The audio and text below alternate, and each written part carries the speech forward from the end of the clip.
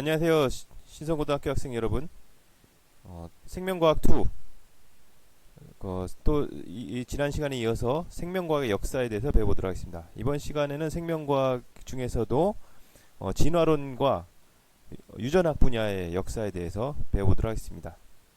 자, 그런데 제가 지난 시간에 원래는 목요일에 수업을 올리고 이제 끝내야 되는데 목요일에 제가 오류가 있어갖고 아직 이 온라인 수업이 좀 익숙지가 않아서 다 못 올리긴 했어요. 그래서 금요일에 이제 한 번 더 올렸는데 뭐 목요일이든 금요일이든 여러분들이 과제를 이행하시면 출석한 걸 체크하도록 하겠습니다. 여러분들 뭐 이제 일주일 이틀밖에 안 지났지만 일주일 지났으니까 이제 온라인 출석과 수업에 익숙해지셨죠?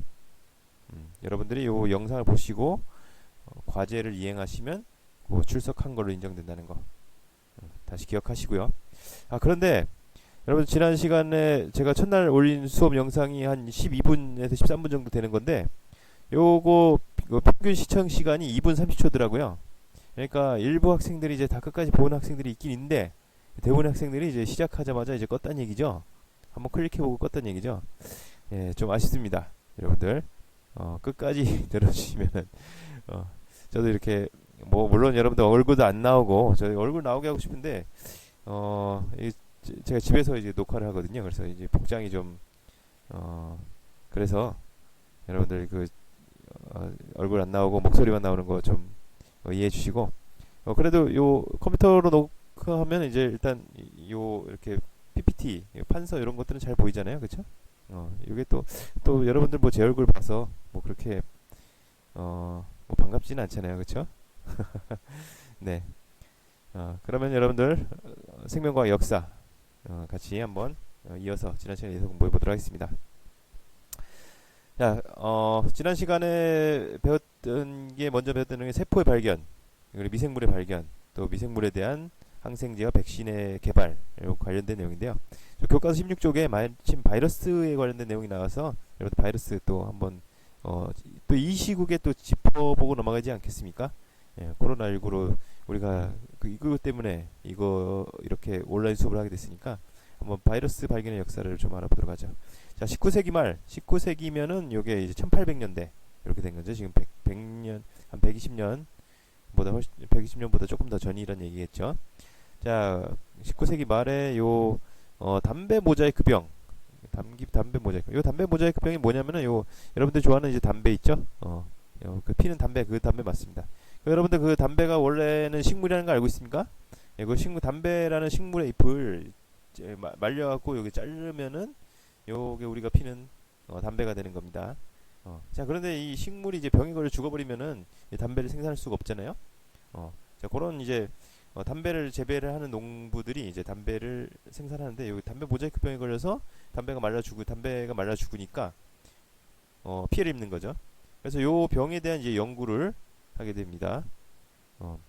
그래서 이 담배 모자이크 바이러스를 통해서 이제 처음으로 바이러스라는 게 확인이 된 거예요. 원래는 이게 너무 작고 그래서 원래 세균보다 또 바이러스가 구조가 간단하잖아요. 그래서 굉장히 작습니다. 또 세포막이 있는 세포 구조를 하고 있는 게 아니라 세포막도 없고 이제 단백질로 된 껍질 안에 유전물질 핵산이 들어있는 그런 이제 구조를 가지고 있기 때문에 단순한 구조니까 굉장히 작아요.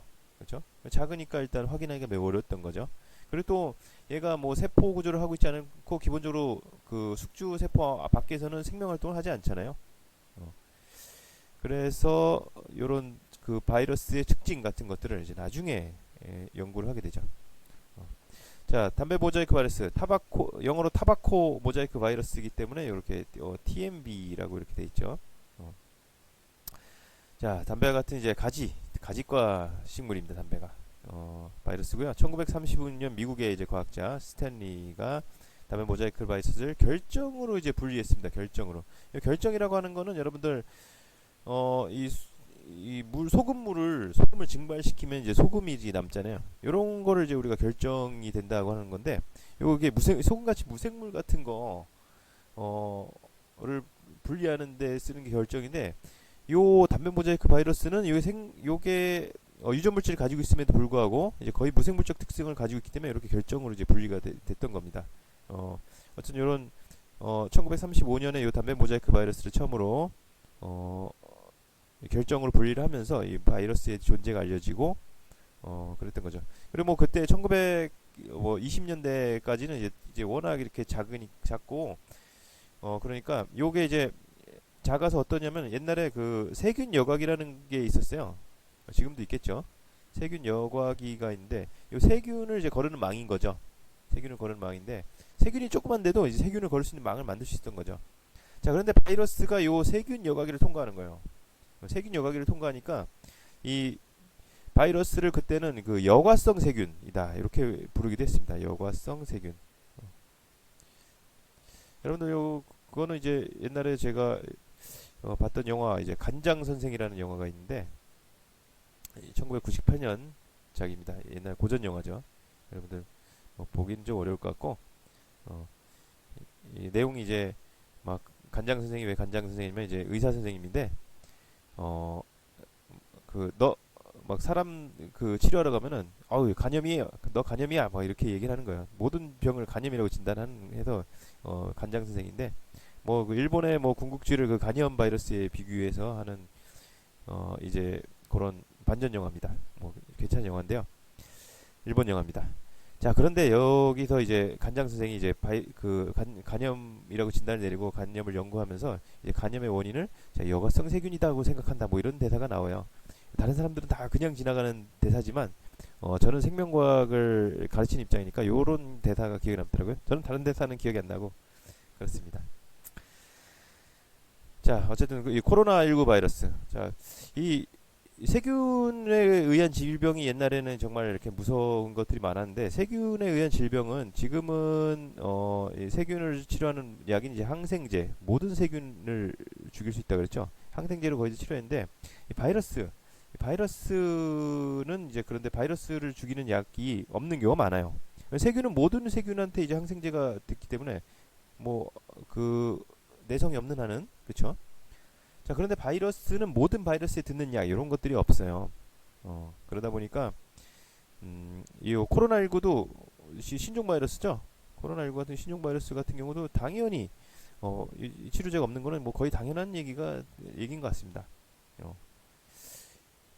물론 이제 지난 시간에 얘기했듯이 코로나19는 그 에볼라 바이러스의 치료제로 개발됐던 약이 코로나19에 효과가 있다라고 하는 사실이 조금 이렇게 알려지고 있어서 그게 이제 사실인지 확인하는 임상시험이 진행되고 있습니다.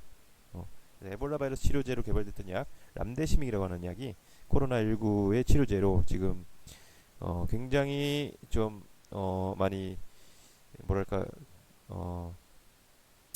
그 가능성이 높은 그런 약이 있습니다. 자, 어떻게 될지 그게 치료제로 인정을 받을지 진짜 치료 효과가 있을지 그것들을 한번 나중에 이제 곧 우리가 볼 수 있겠죠. 그런 뉴스를. 그래도 그것도 한 몇 달 걸릴 것 같습니다. 자, 이렇게 우리 바이러스에 대해서 알아봤고 이제 본격적으로 이제 진화론에 대한 역사를 알아보기 전에 요거 한번 보도록 하죠. 문제 19과 16쪽에 나오는 문제. 세포와 미생물의 연구 과정에서 일어난 다음의 주요 사건들을 시간 순서대로 나열해 보자. 시간 순서 정도는 알아보면 좋겠죠? 그렇죠? 자, 뭐가 제일 먼저겠어요? 자, 그렇죠. 이 세포 발견이 이제 먼저겠죠. 세포를 제일 먼저 발견했고, 세포를 발견했으니까 그 모든 생물이 세포로 돼 있다는 거를 이제 세포설이 이제 나중에 등장을 하게 됐죠. 자, 그 다음에 이제 미생물이 발견됐겠죠. 그렇죠? 미생물도 이제 미생물은 그 세포 발견된 다음에 이제 쯤에 발견이 됐겠지만은 이 미생물이 병을 일으키는 원인이라는 걸 이제 발견한 게 한참 뒤가 되겠죠. 그래서 미생물이 병의 원인과 발견했고요. 그리고 그 미생물 세균들을 이제 어떻게 죽일 수 있냐? 세균들을 치료할 수 있는 그런 항생물질 발견 이런 순서들이 되겠죠. 세포 발견, 세포설 등장, 결핵균 발견, 제초의 항생물질 발견 이런 순서대로 되어 있습니다. 이런 순서 정도는 뭐 연도 기억할 필요는 없겠죠, 여러분 당연히. 왜 수능이라는 게 이 암기식 시험은 아니잖아요. 연도는 기억할 필요 없죠. 우리가 순서 정도 개념 흐름상으로 이해해 주면 좋겠다. 물론 이 그 생명과학의 역사와 발달 과정 이런 부분이 아주 뭐 어려운 문제로 나오거나 아주 깊이 다뤄지지는 않을 것 같아요. 그렇지만 그래도 이제 한번 우리가 배우는 입장에서 순서 정도 좀 알아보고 넘어가도록 하겠습니다. 자, 바이러스가 세균보다 늦게 발견된 까닭 뭘까요? 예, 당연히 크기가 작아서 그렇죠. 그렇죠? 크기가 너무 작아요. 한 가장 작은 세균의 한 100분의 1 정도. 굉장히 왜냐면 그 구조가 단순하다 보니까 크기가 작습니다. 그래서 관찰하기가 어려워서 세균보다 늦게 발견됐다. 이렇게 볼 수가 있겠습니다. 자, 그러면 이제 우리가 이 진화론의 발달 과정, 진화 이론, 진화, 그렇죠? 진화론이라고 하면 왠지 론이라고 하면 조금 이렇게 과학적이지 않은 것 같은 느낌이 있어서 좀 용어를 바꾸려고 하는 것 같은데 그래서 진화론 맞죠? 자, 진화론은 이제 먼저 진화론을 발달하기 위해서 또 뭐가 발달했냐면 요 생물 분류라는 게 발달했습니다. 생물 분류라는 거는 어떤 생물을 예를 들어서 이런 거죠. 이렇게 사람, 침팬지 이를 어떻게 해요? 요거를 영장류라고 하는 이제 그 카테고리를 묻는 거죠. 영장류. 그렇죠? 영장류라고 하는 카테고리를 묻고 그다음에 소, 토끼 이런 것들 있죠. 이런 것들은 우리가 어떻게 돼요? 이런 것들은 우리가 포유류라고 하는 걸로 묶는 거죠. 포유류. 그다음에 여기 참새. 참새. 그다음에 개구리. 이런 것들이 있습니다. 이런 것들은 우리가 이제 또 포유류와 함께 이런 것들은 척추 동물을 묶고 이런 식으로 동물을 묶고 이런 식으로 자 이런 식으로 이렇게 동물을 묶는 거죠. 비슷한 거 공통점을 찾아서 묶는 거 그리고 체계를 만드는 거죠. 체계적으로 분류하는 거 그렇죠? 체계적으로 분류하는 거 요게 이제 요거를 그 생물 분류라고 합니다. 자 요거는 이제 고대 그리스 철학자 첫 번째 시간에 얘기를 했었죠. 아리스토텔레스가 동물을 온혈동물과 냉혈동물 요새는 용어가 좀 바뀌었습니다. 항온동물, 변온동물 이렇게 얘기를 하기도 하는데 어쨌든 이렇게 동물을 분류했대요. 그렇죠? 아리스토텔레스가 과거 사람이라서 정말 맞지 않는 얘기도 많이 했지만은 이렇게 좀 요새까지 이렇게 통찰력을 주는 이런 연구도 많이 했다고 했네요. 물론 요새는 이제 온혈동물, 냉혈동물을 안 하는 게 냉혈동물 하면 이제 왠지 피가 차갑다 이런 느낌이 들잖아요. 근데 이제 냉혈동물은 체온이 변한 주위 온도에 따라서 체온이 변한 동물이고 항온동물은 주위 온도에 따라서 체온이 안 변한 동물이다 이런 뜻이거든요. 실제로 변온동물이 햇빛 쬐고 있으면 변온동물이 체온이 더 높아요. 항온동물보다. 그래서 이렇게 요새는 안 하는데 어쨌든 이 아리스토텔레스 최근까지 쓰던 이제 용어를 만들 정도로 대단한 이제 연구를 했던 거죠.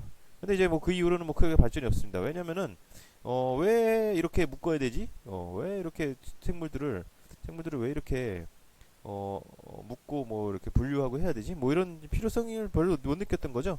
그죠? 소는 소고 토끼는 토끼고 이렇게 생각을 했던 거죠. 자, 그런데 이제 18세기에 이제 린네라는 사람이 생물을 이제 체계적으로 분류하게 돼요. 주로 식물을 분류했는데 식물 말고도 여러 가지 자기가 아는 동물 같은 걸 막 분류를 했어요. 체계적으로 분류를 하게 됩니다. 왜냐면 생물들이 공통점이 이렇게 많이 있는 게 있고 공통점이 있고 또 공통점이 적은 게 있고 이러니까 이런 체계적으로 분류하는 방법을 이제 린네가 개발하게 됩니다. 자, 진화론 다시 넘어갈까요? 진화론하고 갑자기 생물 분류에서 갑자기 진화론으로 넘어가냐? 원래 이제 관계 없을 것 같은데 조금 뒤에 보면 관계가 굉장히 있습니다. 일단 보도록 하죠. 자, 우리가 이제 진화하면은 바로 다윈인데요. 여기 다윈 바로 밑에 쪽에 나오죠. 진화하면 다윈인데 진화론 하면 다윈이지만은 우리가 다윈 전에는 그럼 진화한다는 생각을 전혀 안 했느냐? 자, 그렇지 않습니다. 다윈 전에도 많은 사람들이 진화한다고 이제 얘기를 했었죠. 자, 우리가 사실은 이제 다윈 말고도 라마르크 얘기 많이 하죠. 라마르크. 자, 라마르크인데 자, 라마르크 전에도 많이 이제 진화한다는 생각을 많은 이제 지식인들이 했습니다. 그 대표적인 이제 과학자 중에 한 명으로 이제 비퐁인데요. 비퐁이라는 사람은 원래 이제 주로 이제 지질학 쪽의 연구를 많이 했는데 이 사람이 이제 그 전에는 이제 그 성경이라든가 이런 서양이나 이제 종교적인 문제 때문에 이런 진화적인 생각을 못했던 거 아니에요. 지금 우리나라도 마찬가지죠. 그런데 이제 비퐁이라는 사람은 이제 지질학을 얘기하는데 먼저 종교적인 생각에서 많이 벗어나 있어요. 성서를 기독교 성경을 그렇게 다 다 믿을 필요가 있느냐 이런 식으로 이제 생각했던 거죠. 거기 있는 것보다는 요새 이제 연구로 밝혀낸 것이 더 가치 있는 것이 아니냐. 당시까지만 해도 뭐 다 종교인들이 많았으니까 유럽 같은 데 종교인들이 많았으니까 그 기독교 성서에 나온 내용을 그대로 이제 받아들이는 문자 그대로 받아들이는 사람이 굉장히 많았거든요. 근데 비퐁은 그럴 필요가 없다. 뭐 굳이 꼭 받아들여야 되겠느냐, 그렇죠? 자기 요새 새로운 생각으로 받아들일 수 있지 않느냐 이런 생각을 했던 겁니다. 비퐁뿐만 아니라 이제 여러 사람들이 또 이때 뭐 계몽주의 막 이런 게 나오면서 많은 사람들이 1700년, 1800년대 르네상스 계몽주의 이런 게 나오면서 진화하지 않을까, 생물이라는 건 뭐 고정된 게 아니라 변하지 않을까 이런 생각을 했습니다. 그렇지만 요거를 좀 과학적 이론적으로 이제 하거나 이제 주장했던 사람 없는데, 자 그런 얘기를 이제 처음으로 썼던 사람이 이제 라마르크입니다. 라마르크는 1809년에 동물 철학, 동물 철학이라는 책을 썼는데요. 동물 철학이라는 책에서 진화라는 얘기, 진화가 어떻게 일어나는가를 진화가 일어난다고 얘기를 하고 진화가 어떻게 일어나는가 요거까지 설명하려고 했어요. 자 문제는 이제 진화를 처음으로 이 사람이 그 과학적으로 밝혔다는 거는 있는데, 문제는 진화가 어떻게 이루어지는가를 이제 설명한 부분이죠. 그게 바로 이제 우리가 바로 후천적으로 얻은 획득 형질이 자손에게 전달되어 생물이 진화한다. 이걸 우리가 용불용설이라고 하죠. 이게 읽는 게 원래는 우리가 용물 용설 이렇게 되는데, 사실은 이게 뜻대로 이제 분류하면은 불용설 이렇게 얘기가 됩니다. 왜냐? 쓰면 발전하고 쓰지 않으면 퇴화한다 이런 얘기죠. 라마르크는 동물 철학이라는 책에서 이 생물의 진화를 이 기린을 예를 들어 설명했어요. 그래서 기린이 어떻게 목이 긴데, 목이 해서 길어서 굉장히 신기한 동물인데, 자 기린이 목이 어떻게 길어졌냐? 기린이 그 위에 있는 막 나뭇잎을 잘 먹으려고 목을 쭉쭉 늘리다 보니까 나뭇잎 먹고 싶어, 막 나뭇잎 먹고 싶어 하고 목을 쭉쭉 늘리다 보니까 얘가 목이 길어졌다 이런 식으로 이렇게 설명을 합니다. 자 그렇지만 뭐 획득 형질은 유전이 안 된다는 그런 게 밝혀지면서 요 설명을 틀린 걸로 생각이 되죠. 틀린 걸로 설명이 되는데, 자 그래서 요 설명이 틀렸다는 것 때문에 라마르크가 우리는 기억되기를 뻥쟁이, 잘못된 얘기한 사람 이렇게 얘기하는데, 사실은 이전에는 사람들이 다 생물이 변한다, 진화한다는 생각을 가지고 있었지만, 이거는 또 뭐 여러 가지 종교적인 뭐 이슈나 뭐 이런 걸 부담스러워해서 그 얘기를 못하고 있어요. 근데 라마르크는 처음으로 이 동물 철학이라는 책에서 진화라는 얘기를 체계적으로 주장을 했던 겁니다. 자, 그래도 진화로 하면 이제 다윈이죠. 찰스 다윈, 그렇죠? 자, 찰스 다윈은 요 자연 선택설, 그렇죠, 주장하죠. 굉장히 과학적이고 지금까지도 이 정말 과학적인 이론으로 인식이 되고 있는 자연 선택설, 그걸 주장한 거죠. 물론 다윈도 이제 옛날에 이 1800년대 시대의 사람이기 때문에 그 시대의 제약 조건을 인해서 다 맞는 건 아니에요. 다 맞는 건 아닌데, 이 자연 선택설이라는 이제 아이디어가 굉장히 그 이후에 많은 그 영향을 줬고, 과학뿐만 아니라 그 철학 또 사회학 뭐 이런 데도 많은 영향을 줬던 그런 학설입니다.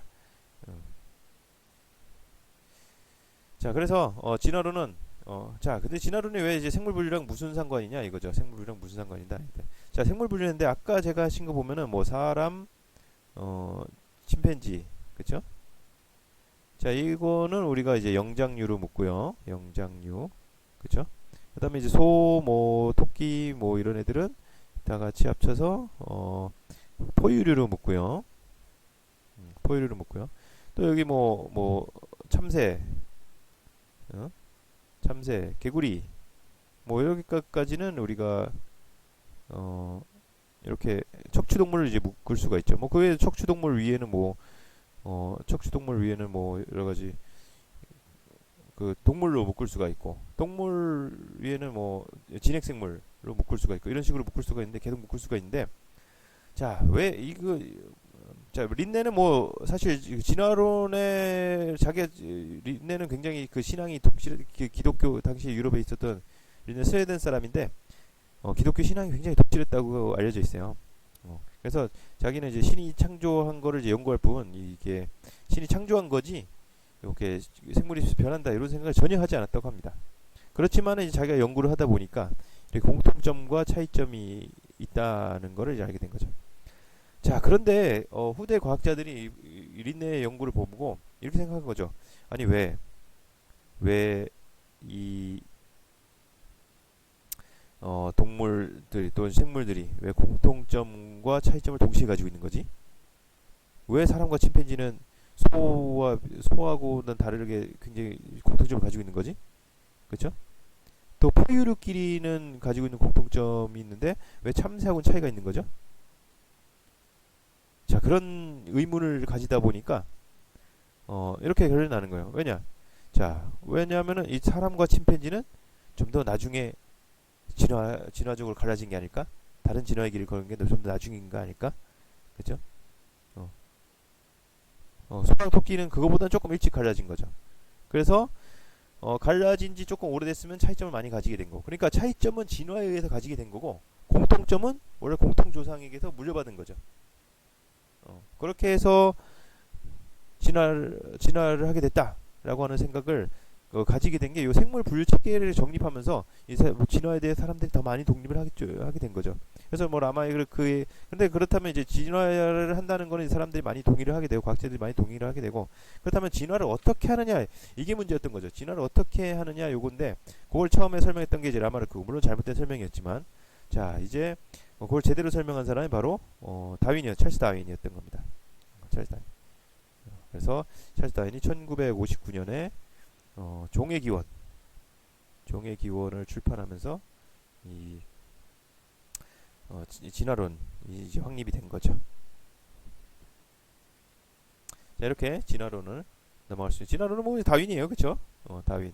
린네 뭐 이전에 과학자들이 뭐 이게 진화한 것 같아, 막 진화한 것 같아, 수군 대다가 수군 대죠. 아무도 이제 섣불리 얘기를 못 하고 있다가, 그렇죠? 섭불 얘기를 못 하고 있다가 린네는 이제 진화는 아니지만 이 생물을 분류해봤어. 내가 생물을 분류해봤어. 그랬더니 그걸 딱 보고 이거 진화하는 게 맞네 막 이렇게 생각을 하게 된 거죠. 공통점은 공통조상에게 물려받은 거고 차이점은 진화한 거야, 그렇죠? 그래서 요거를 갖다가 이제 좀 이제 잘못된 설명을 했던 이제 라마르크가 있던 거고, 이제 나중에 요 찰스 다윈이 이제 제대로 된 설명을 했던 거죠. 자, 찰스 다윈의 진화론은요, 굉장히 아주 뛰어납니다. 누구도 납득할 수 있게 설명을 했어요.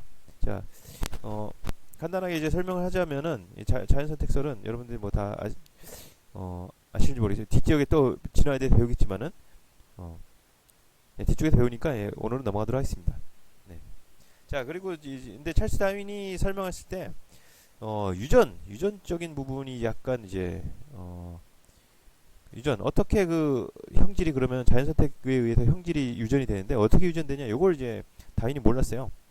다윈이 몰랐기 때문에 그 부분이 이제 설명이 이제 좀 부실합니다. 그래서 현대 유전학하고 이제 합쳐지면서, 다윈의 자연선택설이 합쳐지면서 현대적인 진화론으로 이제 발전하게 됩니다. 현대 진화론은 이게 1920년대부터 현재까지 이렇게 현대적인 진화론이 발전해 나가고 있습니다. 대표적인 과학자가 우리가 잘 아는 리처드 도킨스가 되겠죠. 그렇죠. 그렇죠. 이기적 유전자, 리처드 도킨스가 되겠죠. 자, 진화론 여기까지 하고요. 그 다음에 이제 또 우리 아무래도 지금 현재의 생물학의 주류는 바로 분자생물학이죠. 분자생물학. 요리의 주류는 분자 요리듯이 아닌가요? 자, 아닌가요? 분식인가요? 자, 분자생물학은 이제 분자 단위에서 어떤 일이 일어나는지 막 이렇게 생물을 이제 막 쪼개서 연구를 하는 거죠. 분자생물학. 여러분 잘 아는 이제 유전공학 이런 거죠. 유전공학이 이제 분자생물학에서 파생된 응용학문이 되는 거죠. 자, 근데 이제 분자생물학이 발달하기 위해서 유전학이 먼저 발달하고, 유전학에 의해서 이제 나중에 분자생물학이 하게 됩니다. 자, 유전학 발전 과정, 한번 생물학에서 가장 지금 핫하고 가장 중요한 부분이에요. 여러분도 아마 만약에 생명과학이라든가 이쪽을 전공하고 싶다 하는 사람들은 아마 이쪽 꿈꾸고 있을 거야. 아마 내가 유전자 조작해서 아주 뛰어난 아주 뭐 위대한 의약품이라든가 뭐 위대한 발견 같은 거 해야지 뭐 이런 생각 많이 하고 있을 거예요, 그렇죠? 자, 유전학은 이제 유전학이라는 게 옛날에 없었어요. 있을 리가 없었겠죠. 유전하는 걸 몰랐으니까, 그렇죠? 자, 유전학은 이제 1800년대까지는 요 유전학이 발달이라고 나왔지만 이 유기된 유전학이라는 것도 어찌 없었던 거죠. 그냥 이제 부모 형질이 섞인 상태에서 유전되는 혼합설, 어, 혼합설, 그렇죠? 혼합설이 되는 게 엄마랑 아빠랑 이제 닮는다 이거죠. 엄마랑 아빠랑 닮으니까 둘 다 엄마 아빠가 있으면은 엄마 아빠랑 둘 다 닮아서 자식이 태어나니까 엄마의 유전형질과 아빠 유전형질이 혼합되는구나 이렇게 생각할 수가 있어요. 근데 또 거기다가 이게 아빠가 엄마한테 주는 게 이제 정액이잖아요. 정액. 그쵸? 액체잖아요. 액체. 액체니까 액체는 뭐 이렇게 물감 같은 거 섞이든 그게 딱 떠오르잖아요. 그렇죠? 그러니까 이제 혼합설이라고 생각했어요. 근데 뭐 실제로 뭐 관찰 결과에도 뭐 되게 뭐 아주 까만 흑인이랑 아주 하얀 백인이랑 결혼해서 자식을 낳으면 한 중간 색깔 정도가 나오잖아요. 그렇죠?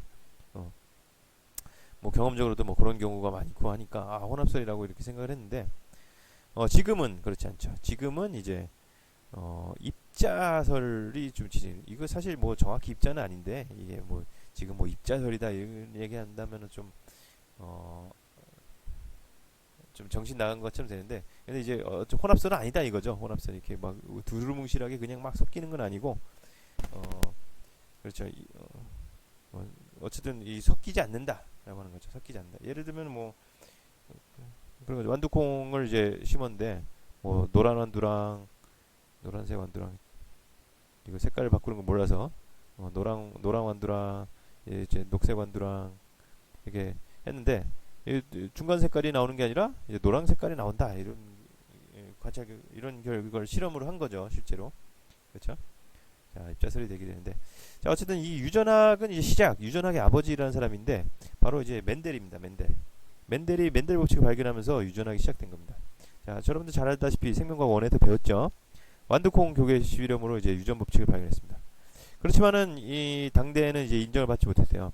요 유전학 그 맨델 법칙을 발견한 게 한 1665년 뭐 요 정도인데 그래서 요 식물 잡종에 관한 연구라고 하는 식물 잡종에 관한 연구라고 하는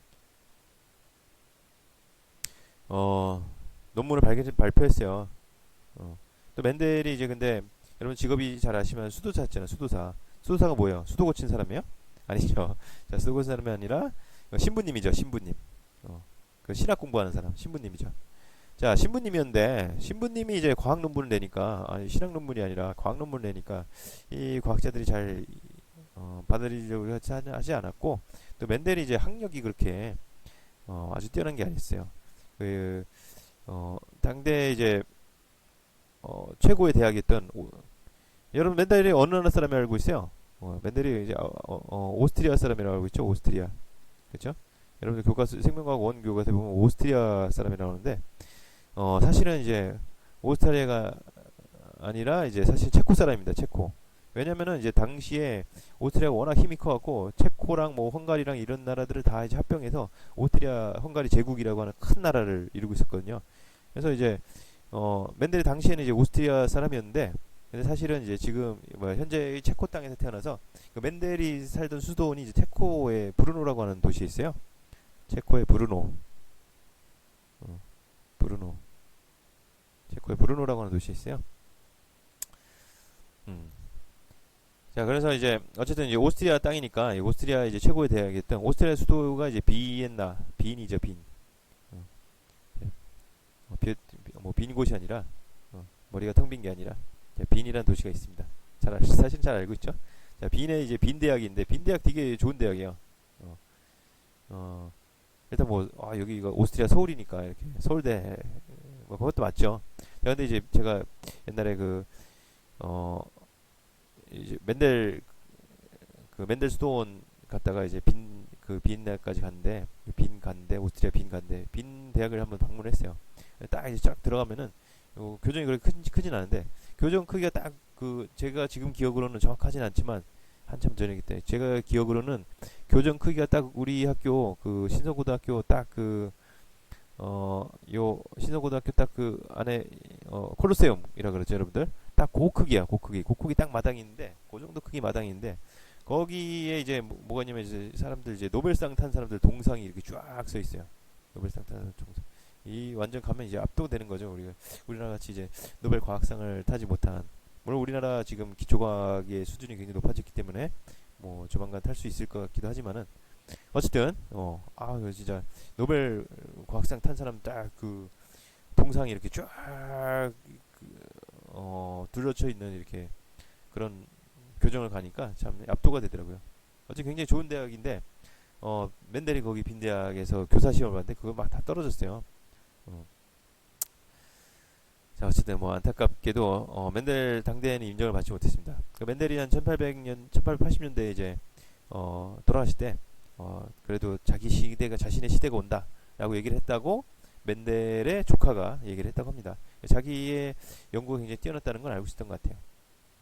어쨌든 그 위대한 연구를 법칙을 발견한 다음에 이 알리려고 노력을 많이 했어요. 뭐 그래서 뭐 당대 최고의 과학자들, 뭐 다윈이라든가 이런 과학자들한테 자기의 논문을 보내서 이 논문을 보게 하고 그랬어요. 근데 이제 다윈 같은 경우는 아예 뜯어보지도 않았고, 그리고 또 대부분의 생물학자들이 또 맨델이 이제 수학적인 그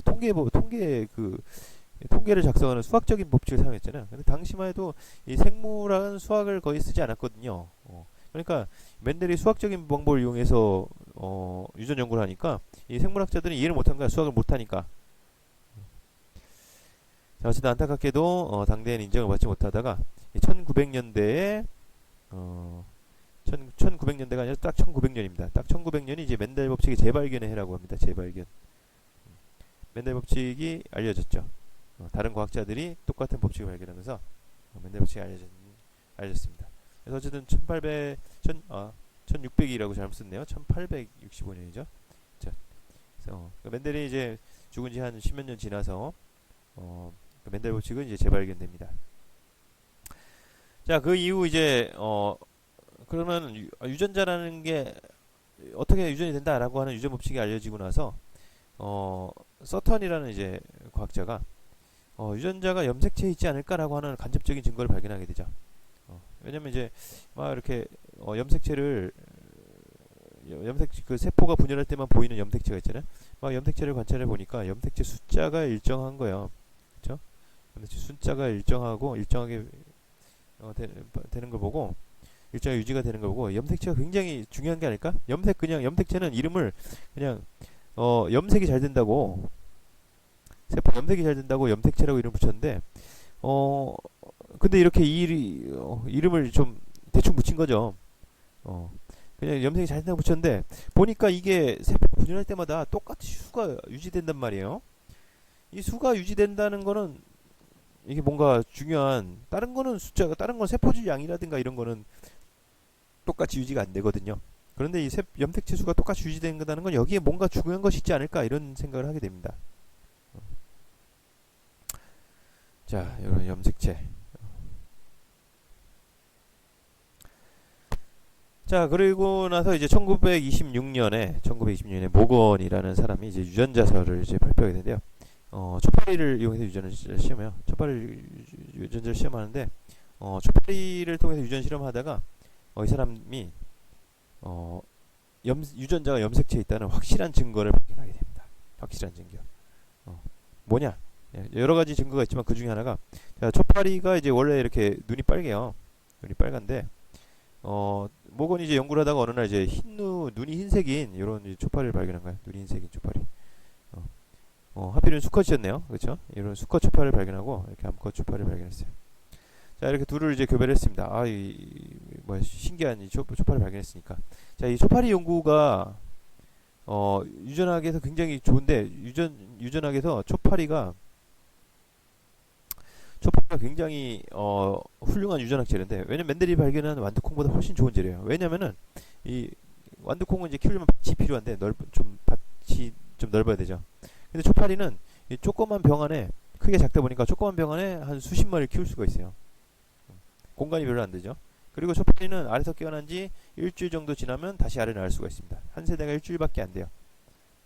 그러니까 뭐 완두콩 막 이렇게 교배하고 또 자가 교배하고 막 이렇게 나오는 요 세세대 실험을 이게 보통 한 완두콩은 이게 한 3개월 걸린다 치면은 3개월 뭐 보통 이제 그리고 또 맨날이 살던 지방은 또 추운 지방이라서 1년에 1년에 요 농사 한 번밖에 못 줬을 거예요. 완두콩 정도 1년 거의 3년 걸리는 거죠. 3년. 얘 열매 맺을 때까지 기다려야 되니까.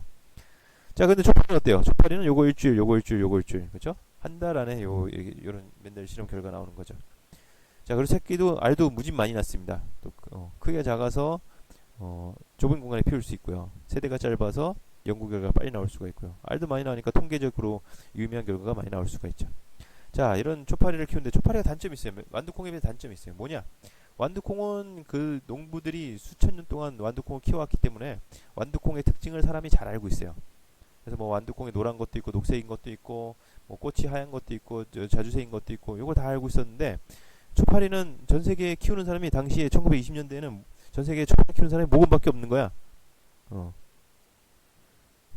모금밖에 없으니까 그렇죠? 초파리의 특징을 잘 모르죠. 그러니까 뭐 초파리가 특징이 다른 게 있어야 이거 유전 실험할 거 아니에요, 그렇죠? 근데 이제 모건이 이제 어느 날 그 초파리의 그 돌연변 초파리 아주 이상한 초파리죠. 요걸 발견하게 됐는데 요게 이제 흰색 눈이 흰색인 초파리인 거죠. 자, 얘를 가지고 실험을 했습니다. 자, 얘를 가지고 실험했더니 다음 세대에 이제 전부 눈이 빨간 초파리들이 태어났어요. 암컷이나 수컷이나 전부 이제 눈이 빨간 초파리들이 태어났어요. 어. 자, 그리고 이제 얘들을 이제 교배를 한 거죠.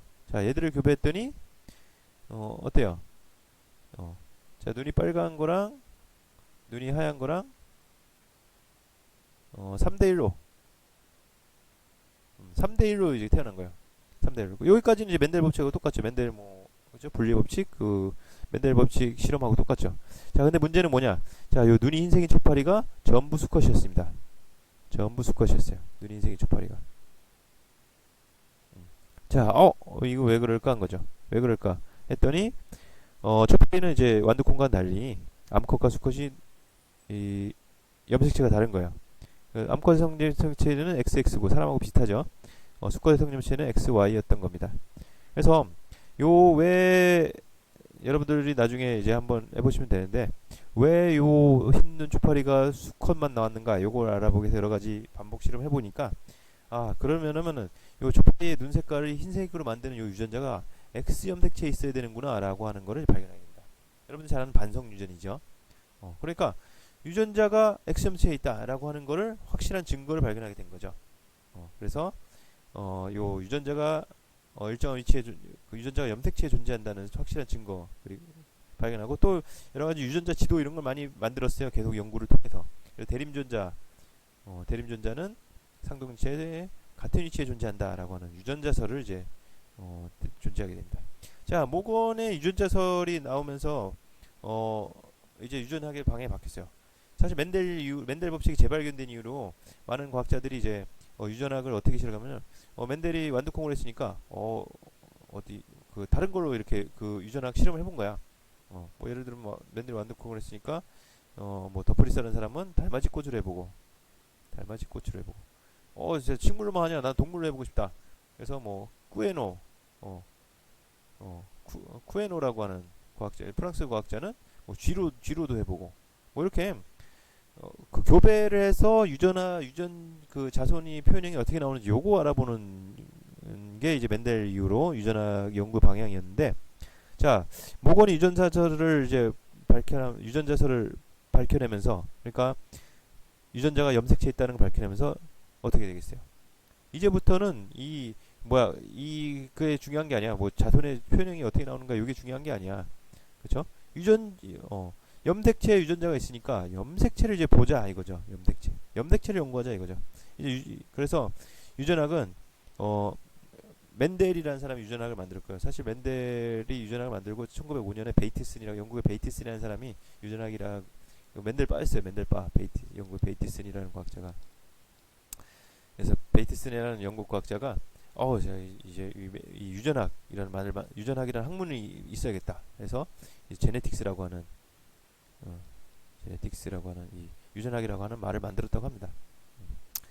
1905년에. 자, 어쨌든 근데 이제 이 1926년에 모건의 유전자설이 나온 이후로는 이제 현대 유전학이라고 합니다. 왜냐면 이제부터는 현미경으로 염색체를 보고 염색체 안에 있는 어떤 물질이 유전자인가, 유전 물질인가, 요거를 이제 유전 물질을 이제 밝히는 어? 유전 물질을 알면 우리가 유전 현상을 조절할 수 있는 거 아니에요, 그렇죠? 실제로 지금 유전 뭐 GMO라든가 유전자 조작 이런 것들을 하고 있죠. 유전공학이라는 게 있는 거죠. 자, 그래서 이 1920년 모건의 유전자들 이유를 현대 유전학이라고 그 이유를 이제 그 이전과 구분을 하고 있는 거죠. 뭐 돌연변이 그쵸? 돌연변이도 있었고요. 자, 돌연변이는 이렇게 뭐 유전자의 변화에 의해서 유전 형질이 변하는 거 이렇게 돌연변이라고 합니다. 요새는 뭐 유전자만 변하는 것도 돌연변이라고 하기도 하고 그래요. 돌연변이 유전자랑 정상 유전자 이렇게 얘기를 하는데 돌연변이 유전자랑 정상 유전자는 어떻게 구분하는 건가요? 걸까요? 그렇죠? 애매하죠. 그런 거 한번 애매한 게 많습니다. 사실은 이제 좀 깊이 들어가면. 자, 이렇게 1865년 아까 1665년에 잘못 썼었죠 처음에. 자, 1865년 그렇죠? 이제 유전학의 아버지 멘델 그렇죠? 유전학의 아버지입니다. 자, 1926년 이 모건은 현대 유전학의 아버지죠. 자, 그리고 이제 인공 돌연변이가 성공하고요. 근데 왜 이거 제가 다운받은 건데 잘못되어 있네요. 그쵸? 설명이 갑자기 인공 돌연변이 성공인데 설명은 진화론이네요. 다윈의 자연스 특설이네요. 그쵸? 자, 넘어가시고 27년에 이제 인공 돌연변이 성공했다. 그런 거죠. 자, 이제 유전학이 이렇게 현대 유전학으로 됐는데 이제부터 현대 유전학에서 더 발전해서 현대 유전학은 더 발전해서 어떻게 되냐? 염색체에서 넘어가서 염색체 안에 자, DNA 그쵸? 염색체 안에 있는 DNA를 이제 밝혀내는 그런 과정이 있는 거죠. 자, DNA. 일단은 먼저 이제 비들과 테이텀의 실험이 나옵니다. 비들과 테이텀은 DNA가 그러니까 유전자가 어떻게 표현 형질로 나타나게 되는데 나의 특징으로 나타나게 되는데 이 과정이 어떻게 되냐? 요거에 관한 얘기입니다. 요거에 관한 얘기예요. 그래서 유전자가 어떻게 형질을 결정하느냐? 요거를 비들과 테이텀은 유전자는 효소를 만드는 거다. 유전자가 효소를 만든다. 그렇죠? 이 효소를 만들고 이 효소가 여러 가지 역할을 해서 효소가 뭐 여러 가지 뭐 화학 반응을 매개 하잖아요. 그렇죠? 이 효소의 역할에 의해서 어떤 형질 같은 게 나타난다라고 하는 거죠. 그러니까 이런 거예요. 쉽게 말하면 우리 형질 다르잖아요. 그렇죠? 뭐 선생님 같은 경우는 뭐 예를 들어서 뭐 잘생긴 유전자를 가지고 있다. 그렇죠? 이 잘생긴 유전자 어떤 거예요? 잘생긴 효소 있는 거예요. 그렇죠? 잘생긴 사람하고 못생긴 사람 이거 좀 애매하네요. 그렇죠? 자, 어쨌든 뭐 그러면 뭐 어떤 게 있을까요? 그렇죠? 뭐 서양인 같은 경우 눈동자가 이렇게 좀 이렇게 뭐 색소가 적어서 푸르스름 하잖아요. 그렇죠? 그리고 동양인 같은 경우 눈동자가 이렇게 좀 시꺼멓죠. 자, 눈동자가 이제 눈동자 이제 그 동공 주변에 홍채 색깔이라 그러죠. 홍채 색깔이 까만 거랑 그 발색인 거랑 파란색인 거랑 이제 무슨 차이냐? 이게 효소의 차이다 이거죠. 효소의 차이. 효소가 달라서 이제 그런 차이가 나타나는 거죠. 그러니까 사람과 침팬지와의 차이점은 뭐 때문이야? 사람과 침팬지가 효소가 달라서 그런 거다 이거죠. 심지어는 뭐 사람과 물고기 그 차이점 뭐냐? 효소가 달라서 그런 거죠. 효소가 다른 이유는 뭐냐? 효소가 이제 유전자가 다르기 때문이다 이거죠. 그러니까 유전자가 바로 형질이 아니라 유전자, 효소, 요게 효소가 이제 형질을 만든다 이런 얘기가 되는 거죠. 그렇죠? 이런 과정을 이제 비들과 테이텀이 발견하게 됩니다. 요 과정도 굉장히 중요한 거죠. 요 과정을 밝히는 것도 그렇죠. 어떻게 유전자가 형질로 발현이 되는가? 자, 그 전에 앞서서 이제 그러면 유전자를 이루는 유전 물질이 있을 텐데 유전 물질이 뭐냐? 이게 또 이제 중요합니다. 유전 물질이 뭐냐? 여러분들은 뭐 유전 물질 하면 요새 DNA라는 거 다 알고 있죠. DNA라는 거 다 알고 있는데 과거의 과학자들은 이제 염색체 유전자가 있다는 걸 알게 됐으니까 염색체가 어떤 물질로 이루어져 있는가 봤더니 염색체는 단백질하고 DNA라고 하는 두 가지 DNA라고 하는 두 물질로 이루어져 있는 거예요. 자, 당연히 이제 DNA가 유전 물질인데 어, 과거의 과학자들은 다 단백질 유전 물질이라고 생각했어요. 왜냐? 유전 현상은 굉장히 복잡하잖아요. 그렇죠? 사람끼리도 유전자가 다 다르고 거기다 이 세상에 존재하는 얼마나 많은 다양한 생물들이 있어요. 유전 현상은 다양해야 되는데 DNA는 인산당 염기로 이루어진 굉장히 단순한 물질이었고요. 단백질은 20가지 아미노산으로 이루어진 굉장히 복잡하고 다양한 물질이었어요. 그러니까 다양한 유전 현상을 나타내려면 다양한 물질이어야 된다라고 생각해서 단백질이 당연히 유전 물질일 거다 이렇게 생각을 했던 거죠. 음. 자, 그런데 실제로 아니죠. 실제로 DNA가 유전 물질이죠. 자, 어떻게 이런 생각을 바꿀 수가 있었냐? 어, 자, 그거는 이제 여기 이 그리피스의 실험에서 그리피스라고 하는 사람의 시작합니다. 그리피스는 이제 영국의 의사였다고 하는데요. 1925년에 어, 이제 폐렴균을 가지고 연구를 했어요. 폐렴균이 종류가 두 가지인데 이 R형균하고 S형균 두 가지 종류가 있는데 이 R형균은 이게 독성이 약해요. 독성이 약해서 이거는 이 쥐한테 주사해도 안 죽습니다.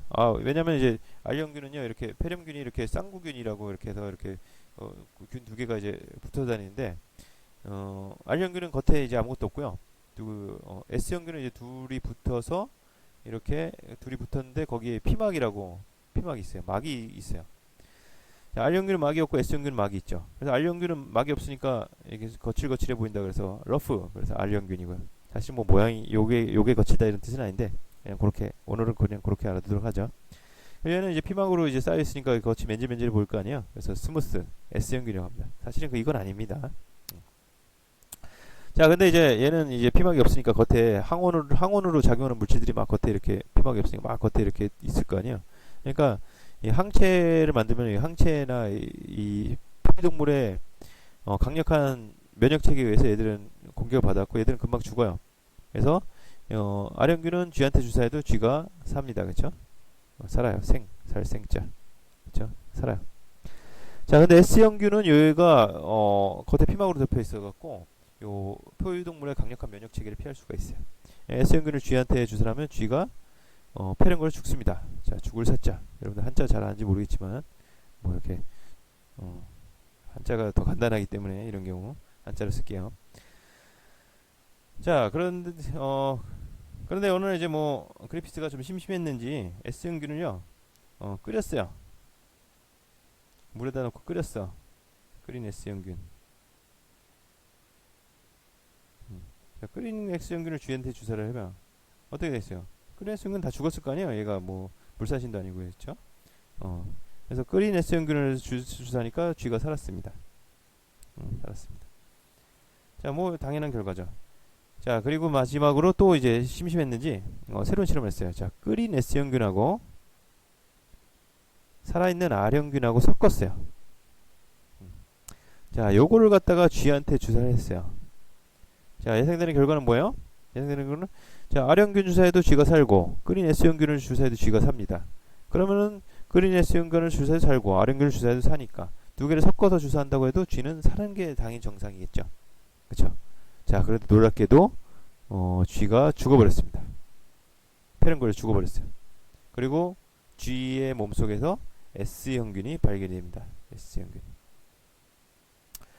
자, 이거 어떻게 해석해야 되나요? 끓인 S형균을 쥐한테 주사해서 살고 R형균을 쥐한테 주사해서 사는데 두 개 섞어서 주사하면 죽는다. 이거 어떻게 설명해야 될까요? 그리고 S형균이 쥐 안에 발견됐다. 살아있는 S형균이. 자, R형균을 섞으니까 죽은 S형균이 살아났을까요? 자, 그런 일은 없겠죠.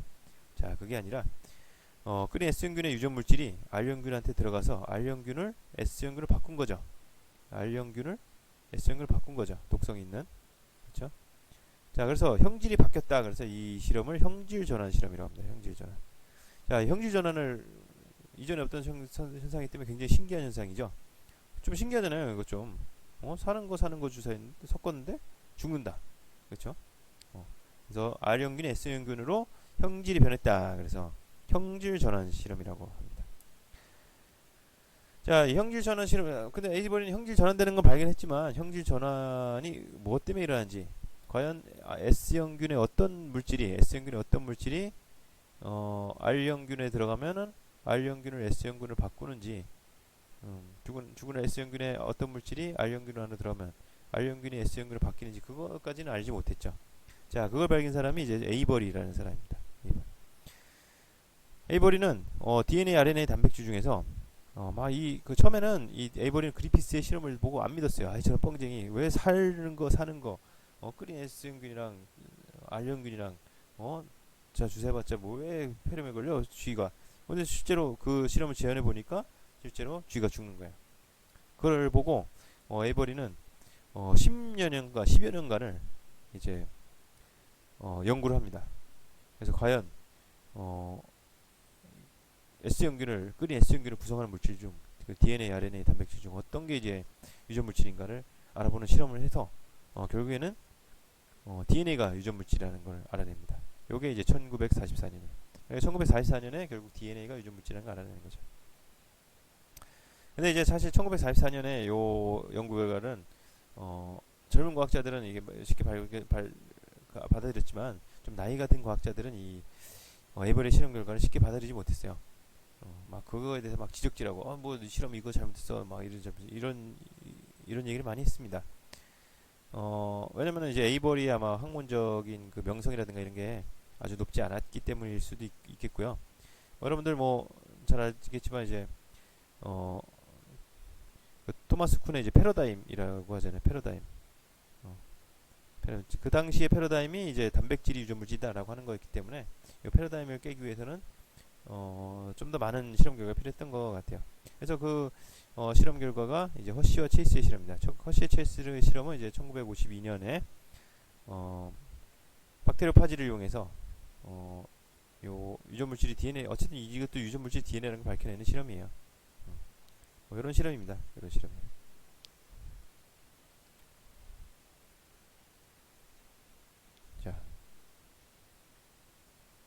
자, 요거 뭐 자, 그 뒤로 이제 왓슨과 크릭이라는 과학자가 DNA가 이중나선 구조로 이루어졌다는 걸 밝혀냈고요. 그 DNA 구조를 밝혀내고 나중에 그 다음에 니런버그 마테이라는 과학자가 이제 유전 암호를 해독합니다.